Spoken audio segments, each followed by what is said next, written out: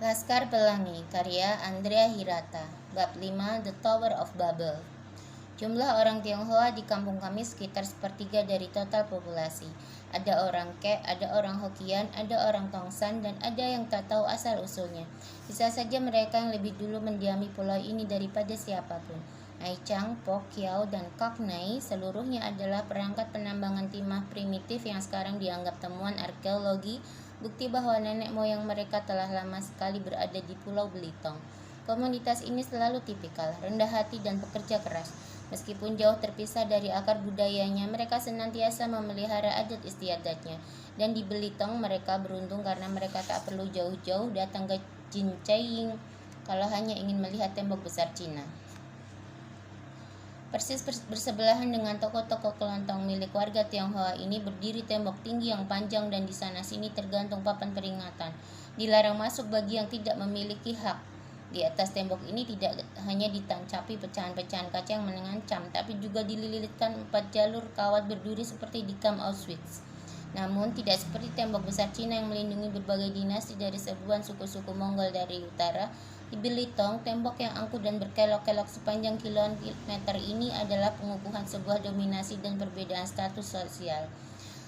Di balik tembok itu terlindung sebuah kawasan yang disebut gedong, yaitu negeri asing yang jika berada di dalamnya orang akan merasa tak sedang berada di Belitung. Dan di dalam sana berdiri sekolah-sekolah PN. Sekolah PN adalah sebutan untuk sekolah milik PN, perusahaan negara timah.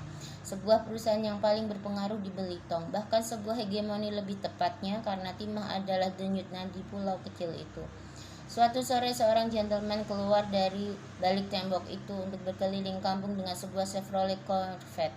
Lalu esoknya di depan sebuah majelis ia mencibir.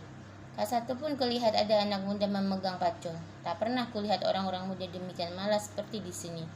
Hah? Apa dia kira kami bangsa petani? Kami adalah burung-burung tambang yang bangga. Padi tak tumbuh di atas tanah kami yang kaya material tambang. Laksana The Tower of Babel, yakni menara Babel, metafora tangga menuju surga yang ditegakkan bangsa Babilonia sebagai perlambang kemakmuran 5.600 tahun yang lalu, yang berdiri arogan di antara sungai Tigris dan Eufrat di tanah yang sekarang disebut Irak. Timah di Belitung adalah menara gading kemakmuran berkah Tuhan yang menjalar sepanjang semenanjung Malaka, tak putus-putus seperti jalinan urat di punggung tangan. Orang Melayu yang merogohkan tangannya ke dalam lapisan dangkal aluvium hampir di sembarang tempat akan mendapati lengannya berkilauan karena dilumuri ilmenit atau timah kosong. Bermil-mil dari pesisir, Belitung tampak sebagai garis pantai kuning berkilauan karena biji-biji timah dan kuarsa yang disirami cahaya matahari. Pantulan cahaya itu adalah citra yang lebih kemilau dari riak-riak gelombang laut dan membentuk semacam fata morgana pelangi sebagai mercusuar yang menuntun para nakoda. Tuhan memberkahi Belitung dengan timah bukan agar kapal yang berlayar di pulau itu tidak menyimpang ke Laut Cina Selatan, tetapi timah dialirkannya ke sana untuk menjadi mercusuar bagi penduduk pulau itu sendiri. Adakah mereka telah semena-mena pada rezeki Tuhan sehingga nanti terlunta-lunta seperti dikala Tuhan menguji bangsa Lemuria? Kilau itu terus menyala sampai jauh malam. Eksploitasi timah besar-besaran secara non-stop diterangi ribuan lampu dengan energi jutaan kilowatt. Jika disaksikan dari udara di malam hari, Pulau Belitung tampak seperti familia besar Ctenophore, yakni ubur-ubur yang memancarkan cahaya terang berwarna biru dalam kegelapan laut. Sendiri, kecil, bersinar, indah, dan kaya raya. Belitung melayang-layang di antara Selat Gaspar dan Karimata bak mutiara dalam tangkupan kerang. Dan terberkatilah tanah yang dialiri timah karena ia seperti kenautia yang dirubung beragam jenis lebah madu. Timah selalu mengikat material ikutan, yakni harta karun tak ternilai yang melimpah ruah. Granit, zirconium, silika, xenotim, monazit, ilmenit, siderit, hematit, clay, emas, galena, tembaga, kaolin, kuarsa, dan topas. Semuanya berlapis-lapis, meluap-luap beribu-ribu ton di bawah rumah-rumah panggung kami. Kekayaan ini adalah bahan dasar kaca berkualitas paling tinggi, biji besi dan titanium yang bernas, material terbaik untuk superkonduktor, timah kosong ilmenit yang digunakan laboratorium roket NASA sebagai materi anti panas ekstrim, zirconium sebagai bahan dasar produk-produk tahan api, emas murni dan timah hitam yang amat mahal. Bahkan kami memiliki sumber tenaga nuklir, uranium yang kaya raya. Semua ini sangat kontradiktif dengan kemiskinan turun-temurun penduduk asli Melayu Belitung yang hidup berserakan di atasnya. Kami seperti sekawanan tikus yang paceklik di lumbung padi.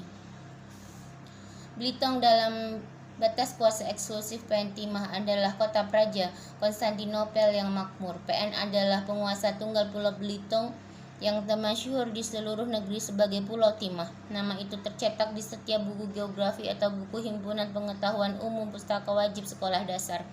PN amat kaya. Ia punya jalan raya, jembatan, pelabuhan, real estate, bendungan, dok kapal, sarana telekomunikasi, air, listrik, rumah-rumah sakit, sarana olahraga, termasuk beberapa padang golf, kelengkapan sarana hiburan, dan sekolah-sekolah.